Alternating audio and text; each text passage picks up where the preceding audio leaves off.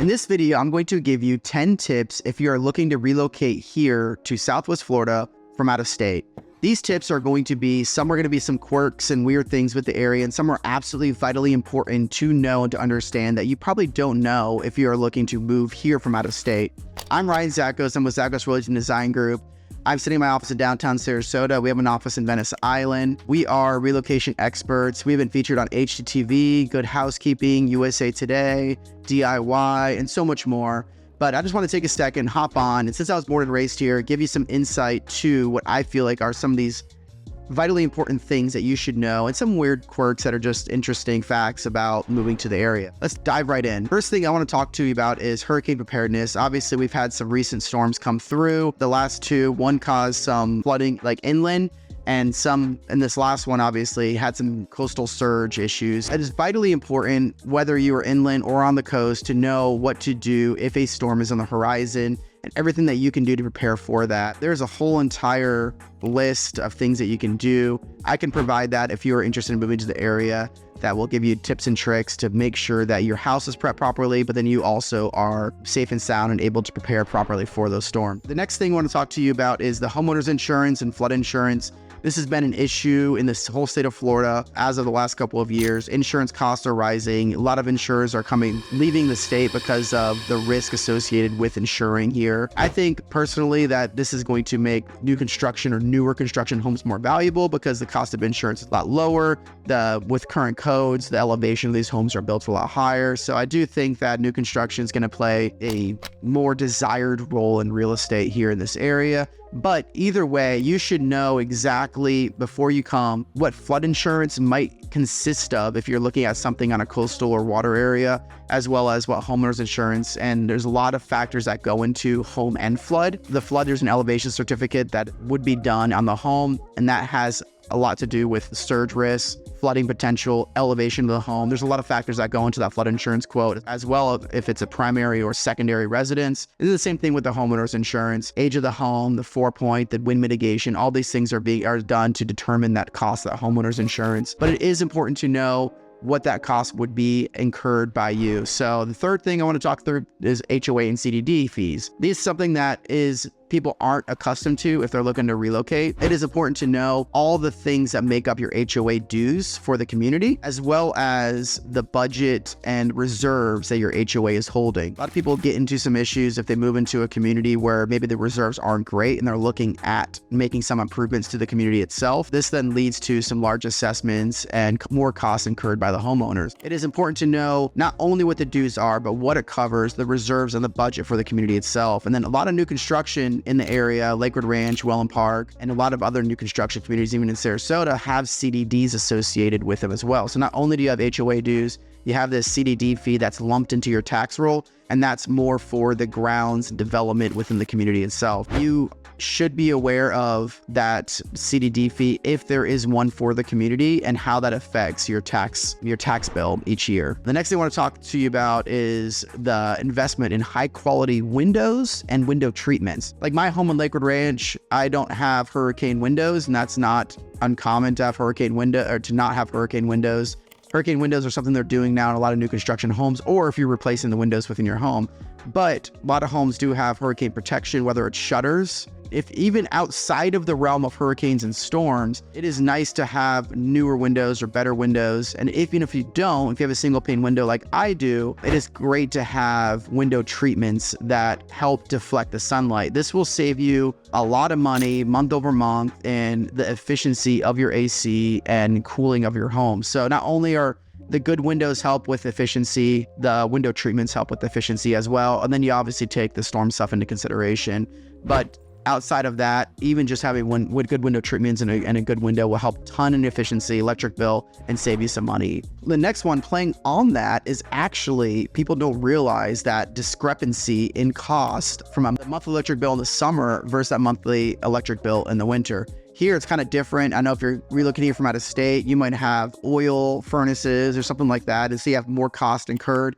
And heating a home in the winter, it's kind of like the opposite here. We don't even need AC in the winter here typically, so your AC is working a lot less, and your electric bill might even get under $100 a month, depending on the size of your home. It will be under if it's a small condo or something like that. But even in a large home, it will get very low, but it could 4 times, 5 times that in the summer if you're running your AC constantly, which you would be in the summer here. So just be aware that the utility bill varies drastically based on the time of year, because everything here are electric central units for AC. So that's a big thing. But then in like Lakewood Ranch, for example, we'll have natural gas. So our water heater will be on natural gas, our range will be on natural gas, and even natural gas generators and stuff like that are put in Lakewood Ranch. But typically, if you're looking at Sarasota, Venice, electric's going to be the main source, and which makes your utility bills go, they range drastically from month to month. Next little tidbit that I could recommend is buying just a portable dehumidifier. I actually have one in my house. There are a couple rooms.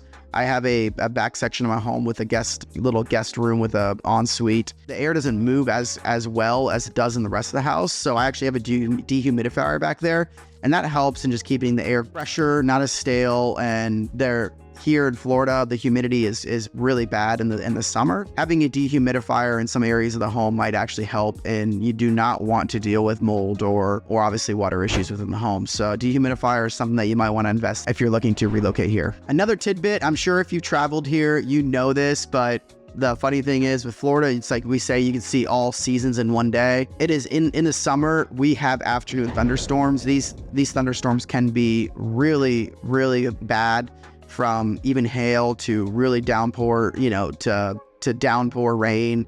It is important to be prepared for that in the summer. So whether you're like us and picking your kids up at school and you're having to fight the thunderstorm and picking your kid up from school, or just leaving work or coming to work or whatever it may be, just expect that a random thunderstorm will pop up and will be absolutely, high wind and rain and everything else. So to be prepared for that, we always have an umbrella in the car. We have rain jackets with us or everywhere we go. So that is something to be prepared for if you're looking to relocate here. That thunderstorms do exist, and they exist daily in the summer here typically. Next thing that if you're looking to relocate here to be aware of and to learn more about is the homestead exemption law. Homestead is an awesome tool that primary Florida residents have available to them, and if they're buying a home as a primary residence. So this is a huge tax savings. It is important to know about that, but basically you want to file for homestead if you are occupying the home prior to January of the previous year.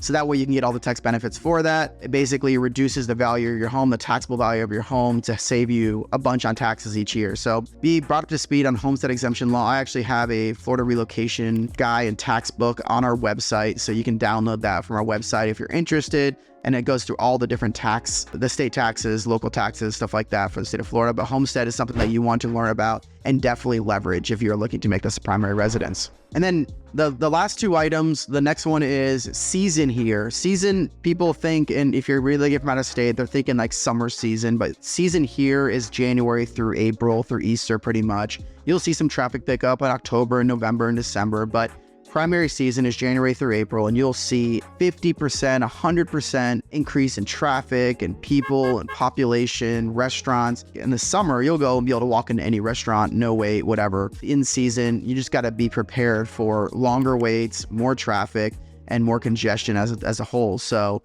that's something that if you're looking to relocate, just have that in the back of your mind, that January and April are going to look vastly and feel vastly different than they would throughout the rest of the year. And then the last thing, I think this is kind of a funny quirk with the area, but something that you wouldn't know unless you are here a lot, is love bug season. So love bug season exists, I think, in late April, early May is typically when love bug season hits. And there might be a small season that hits in the fall as well. But love bugs come out and they can be really bad or really light year over year. It just depends on the year itself. But one thing to know that I didn't know early on, but obviously as I live here my whole life, that love bugs can actually damage the paint of your vehicle. That's something that you want to be made aware of. So if you are coming down and looking to relocate here and you're driving and love bugs are, hitting your car left and right and leaving marks, then you want to get those love bugs off as quick as possible, because they will deteriorate the paint of your vehicle. Love bugs are attracted to heat and the fumes of vehicles. That's why typically you see them along the highway or major roads, and that does obviously damage the vehicle over time. So you just want to make sure in love bug season that you're constantly cleaning your car so that is an issue. So that's kind of a random quirk with the area, but something that you definitely would want to know. Hope this helps. Hope this gives you some insight, some guidance. Again, we have some guides and things available for you on our website. If you're interested, just shoot us an email. We'll get that stuff over to you. But we'd love to be a resource for you in this relocation journey. Please reach out. Love to hear from you. Talk to you soon. Thanks. Hey, thanks so much for watching the video. I just want to pop on real quick and tell you a little bit about who I am and who we are here at Zakos Realty and Design Group. I'm Ryan Zakos, as you heard throughout the video. I was born and raised here in Sarasota. I currently live with my family in Lakewood Ranch. Started this firm with my father about 8 years ago or so. We have an office in downtown Sarasota and downtown Venice. He actually lives on Venice Island. My father relocated here from Michigan, and it was his first career out of college at Michigan State, was a police officer here in Sarasota County at the Sarasota County Sheriff's Office. My mom relocated here from New Jersey when she was actually a child, so they have both relocated here from out of state, but it afforded me the opportunity to actually be born and raised here. So I spent my first 18 years living in Sarasota proper, and then now with my family, we live in Lakewood Ranch. I absolutely love everything about the Gulf Coast of Florida. I've worked in St. Pete, I've worked in Tampa, I lived in Sarasota. My parents currently live in Venice Island. I have sold a lot of stuff in Welland Park. I'm passionate about this area, and I think that it offers an unbelievable lifestyle that is unparalleled to anything else in the state of Florida, let alone the country. I do think that being born and raised here, it provides me the opportunity to provide insight into communities, into areas that a lot of agents don't know. There are a lot of agents, there's 10,000 plus agents here locally, and a lot of those agents actually aren't from here or haven't lived here that very long at all. So being from here, I have had the privilege of building relationships with tons and tons of vendors in every industry you could think of, but then also just having that intimate knowledge of each community and each area, whether it's a pocket of Sarasota or a pocket of Venice or Lakewood Ranch, whatever that consists. So I do think that I can provide that value in great detail for you and help you in understanding what your relocation goals are and helping you achieve that in what kind of home and community you want to ultimately be in. So please don't hesitate to reach out if you have any questions at all. I would love to be a resource for you, and I hope I can meet you one day. Thanks. Talk to you soon.